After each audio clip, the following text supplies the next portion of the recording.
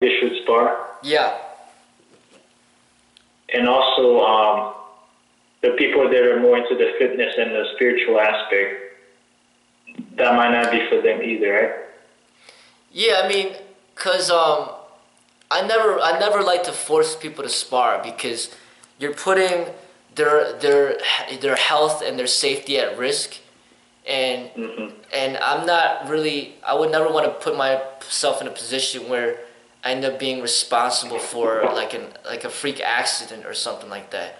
Like Okay. sparring is something where it has to come from them. Like they have to really want it and be like and ask for it and be like, this is what I really want to get better at. Then I'll help them in that area. But if they're not really that interested in it, then to me I almost think of it as like a positive thing because then it shows that they're just more peaceful. They don't want to fight, you know. But Mm. obviously they're in a martial arts school, so I'm not gonna like you know train them to be like incompetent. I'm gonna teach them how to get better, but in a very safe way. So then we'd work on like a lot of drills and stuff, and Yeah. basically preparation for sparring. But whether or not they actually do spar, they might not ever feel that they're ready for that. And if they don't feel that they're ready for that, then they're not going to be forced to do it. But then we Okay. will do other things that are like similar, like that are very that they can learn a lot from. But then the safety is very much minimal.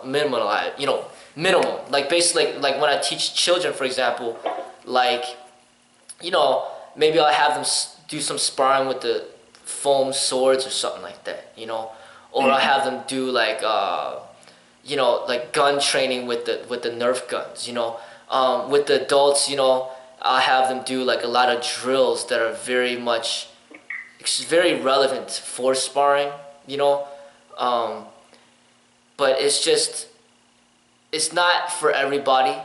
It just really isn't, and you have to have the right, you know, you have to have that drive for it, and it's Yeah. not everybody has it, and I'm not gonna force it into the people because I like the school being less like aggressive, you know. But if Mm-hmm. more of the people that train wanted to spar, then we'd be doing that, and we did that a lot in the past. But now the energy has shifted. It's like the energy is more spiritual, it's more meditative, it's more like let's challenge ourselves in more healthier ways. So let's see who knows these forms better, you know, who could execute the techniques better. Let's see who could, you know, who's more fit. These are all like more healthy, safe ways of like seeing where you're at, you know, and Mm-hmm. as I stated with the sparring, it's not consistent. I mean, it's like, you know, somebody comes in here, he's like 8 feet tall, and he spars against me, and then he does really well. And then somebody in here is a female, and she's like 5 foot tall, and then she spars against me, she doesn't do too well. Well, I mean, the person's 8 feet tall. You know what I'm saying? I mean, he Mm-hmm. better do well. I mean, it's like, you know, it's not consistent. It's like there's no consistency. You know, like the sparring is just like you might think that you got better, but you didn't really get better. Maybe the person that you sparred against was having a bad day. You know, Mm-hmm. maybe the person you were sparring against had the flu. Maybe the person that you're sparring against just let you win. Like you don't know Yeah. if you actually got better because the person that you're sparring with is not consistent. You know, it's like there's no consistency. But you know, when you're doing pull-ups, you know, that's all you right there. I mean, the pull-up bar is just there. You know, it's all you. When you're doing push-ups, it's all you. When you're doing bench press, it's a consistent weight. You know, 300 pounds is 300 pounds today. It's 300 pounds tomorrow. It's 300 pounds a day after that. It doesn't change. But with sparring, there's no consistency. There just isn't. It's just hard to gauge to see who's better than who or whatever the case may be when there's no consistency. And in addition, Yeah. when you're having people spar against each other and then they're trying to do their best, it just jeopardizes people's safety and well-being. Yeah. And it's just something that you gotta be very careful with. Like just recently, I've been having Shen spar with Oliverio, and then Shen got his nose, like, he got hit in the nose, Mm. and It wasn't bleeding, right? it was bleeding. You know, he got hit in the nose, he was bleeding and stuff like that. And, you know, stuff like that happens. Shazay was sparring with Oliverio. Oliverio, like, threw him on the ground and then hurt his back, for example. Oh. It's like stuff like that happens, like injuries, you know, and it's like sometimes people get hurt and then it sets back their training, you know, and then I was teaching one of my students, and then like he got shot in the eye with a BB gun when he was little, and he lost vision in his eye, and I was demonstrating a technique on him, and then like I guess he said I accidentally poked him in the eye a little bit, and then it messed up his eye, and then he ended up having to get surgery, you know. So it's like stuff like that, like freak accidents happen, you know, and it's like sparring is just you gotta do it very safely. You gotta be very intelligent about it. But another thing that's very important is that whoever that you're training, you have to make sure that that's what they want.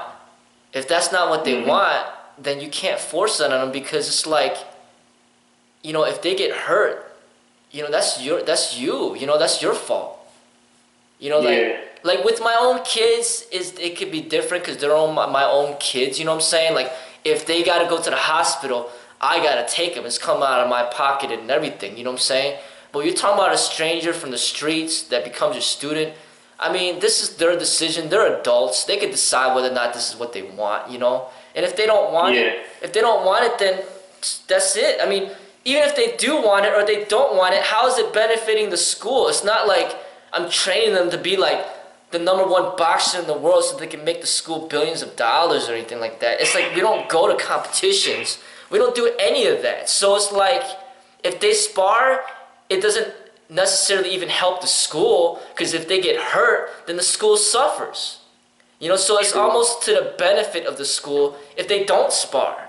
But if they want to spar, then as a martial arts school, you gotta have that type of training available, because how are you gonna consider yourself a martial arts school if you guys don't even spar?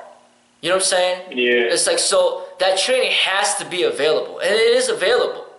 You know, like, you could get an ass whooping if you want it, you know what I'm saying? But, you know, but not everybody is, you know, is up for that type of training, you know? So then that's why we don't really have that type, you know, we're doing it, but there's very few students that are actually taking part in it, basically. There's very few right now, because most people don't want anything to do. You know, most people don't want to do it. They just don't. Yeah. You know. Yeah, I know sparring is important, but I don't think people should do it that much though. Maybe like once in every 3 months. Yeah, I mean, yeah. But another thing is you're pretty young too compared to everybody else. Like, you know, Shazay, for example, he's like in his upper 40s. You know what I'm saying? So okay. like when you become like over 40 and shit like that, over 45, close to 50, you might not feel like sparring is even necessary. You know what I'm saying? Like, like you're in your 20s, you might want to spar a lot, but once you get older and older, you might not be like, man, like, I don't even need to do this stuff. It's like, you know, it's, you know, it really depends, you know, on the person. Everybody's a little different, you know. Okay.